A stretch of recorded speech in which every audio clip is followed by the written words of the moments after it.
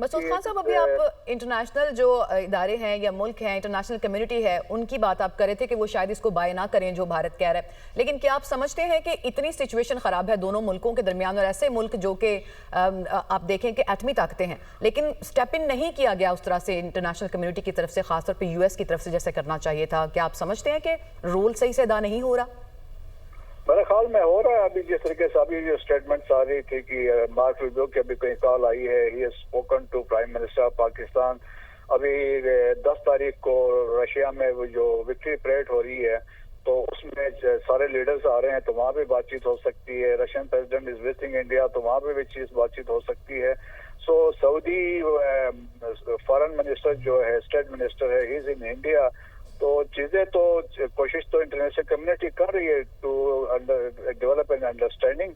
तो मेरे ख्याल में डिप्लोमेसी को यकीनन एक चांस देना चाहिए, but at the same time